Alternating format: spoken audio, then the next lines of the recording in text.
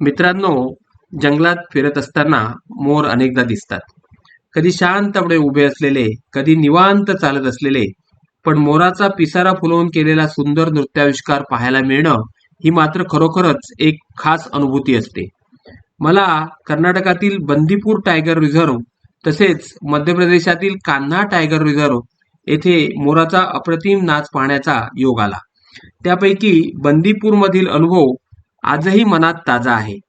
त्यावेळी जंगलात जोराचा वारा सुटला होता आणि त्या वाऱ्यात मोर आपला भव्य रंगीबेरंगी पिसारा फुलवून नाचत होता.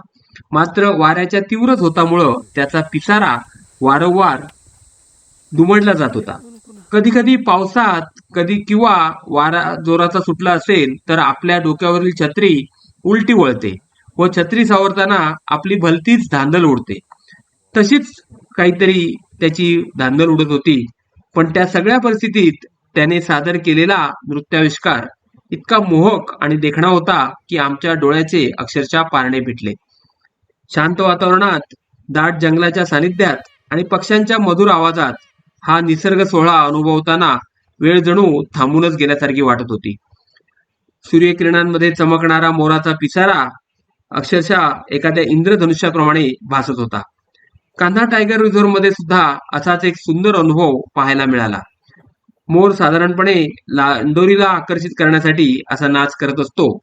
त्याच्या त्या लयबद्ध हालचाली, पंखांची थरथर आणि आत्मविश्वासाने भरलेली ती डौलदार गती, हे सगळं पाहताना निसर्ग किती अद्भुत आहे याची आपल्याला पुन्हा पुन्हा जाणीव होत असते.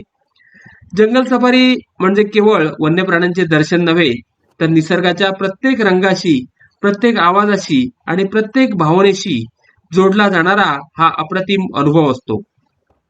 आणि अशा जंगलात, नैसर्गिक वातावरणात मोराचा मनमोहक नृत्याविष्कार पाहणं हा खरंच आयुष्यभर लक्षात राहणारा अविस्मरणीय क्षण असतो.